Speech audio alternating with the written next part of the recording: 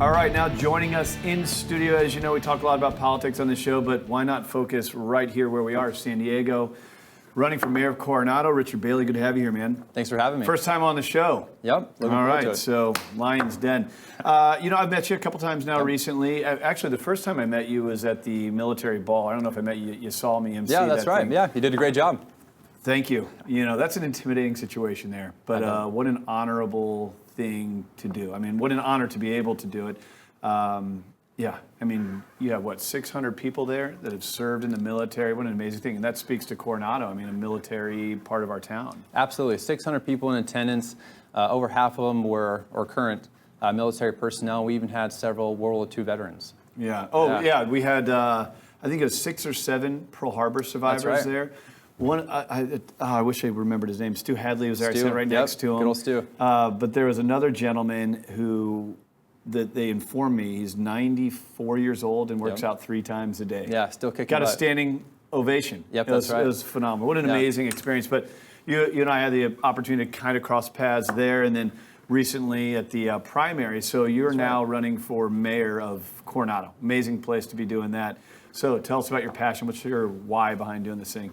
Absolutely. Well, great question. And, Coronado, people look at Coronado as such a special place to live and visit, and I'm very fortunate that I get to live there every single day. Yeah. I first ran for city council back in 2012, and at the time when I was considering running, there was a lot of frustration in the environment as far as, from the national level on down to the local level.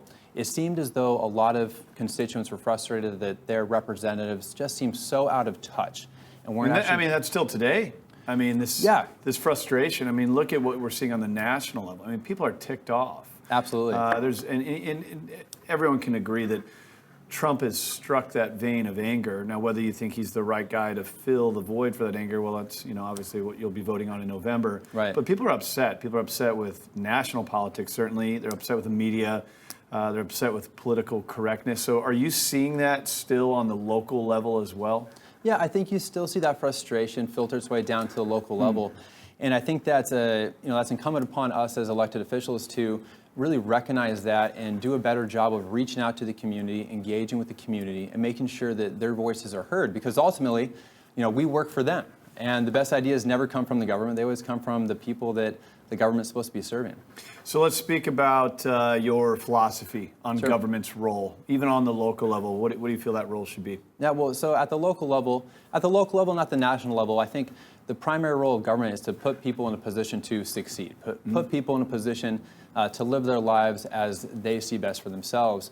And at the local level, it's really up to us to make sure that we have the right infrastructure in place, we have the right public safety in place, so that people don't have to worry that when they call 911, they know police is going to show up. They can drive on our streets and know that, hey, there aren't any potholes to worry about, that they can just go ahead and live their lives, and government is going to take care of that infrastructure for them to make sure they can live their lives without any real interruptions. Now, you have a background in corporate finance. Yep. How does that translate to running for mayor? Gosh, you know what? So in the city of Coronado, it's a smaller city, but our budget's still over $50 million. Amazing part. Isn't it amazing that San Diego has a place you can go and feel like you're going on a vacation from a vacation spot? Right. I mean, driving over that Coronado Bridge is such an amazing thing. I actually had a short stint living there. It's a great place to be. It is. And I know I kind of just interrupted you, but the fascinating thing about it is a Navy town. Yep. I mean, you have Navy SEALs getting trained. You hear the national anthem every morning, but there's vacationers, second homes there. So it's an interesting part of town, right? Anyway, go ahead. Sorry, I didn't mean to interrupt you. No, not at all. Yeah, I mean, it really is a great part of San Diego County. It's a very affluent part of the San Diego County. Many of the median home price there is well over $1 million now. But what's most fascinating to me is you can walk down the street and you'll bump into a World War II veteran, and a few blocks later you'll bump into someone that sold a business and did very well in Silicon Valley and then moved to Coronado. And so you really get this great mix of so many different demographics that live there. And because we still have such strong ties to the Navy, we get many of those great Navy personnel, and there's such a great sense of community throughout, and all these different demographics make it such. I find that fascinating as well about that little island over there, that when you're there, when I emceed that military ball, I feel like I met a lot of people, a lot of families that live in Coronado. Yep. And they don't necessarily seem like they've sold a business for millions of dollars. Right. And you know how expensive it is there.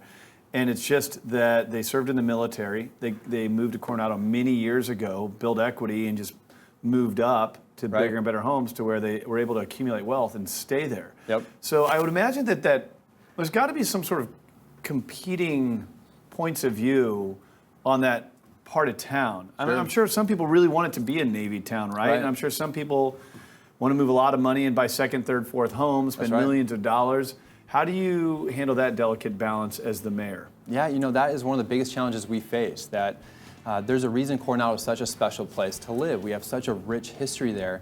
And you see a lot of people that have been around for 2, 3, 4 generations that really would prefer to see Coronado maintain that rich history. And so Yeah. part of the challenge is, how do we as elected officials move Coronado forward while maintaining that rich history, maintaining everything that's made Coronado so special in the first place? Richard Bailey, thanks for coming on the show. Good luck with your run. I hope people visit you online, learn more, and we'll have you on the show again prior to you potentially getting elected. Thanks so man. much. Appreciate it, Craig. All right.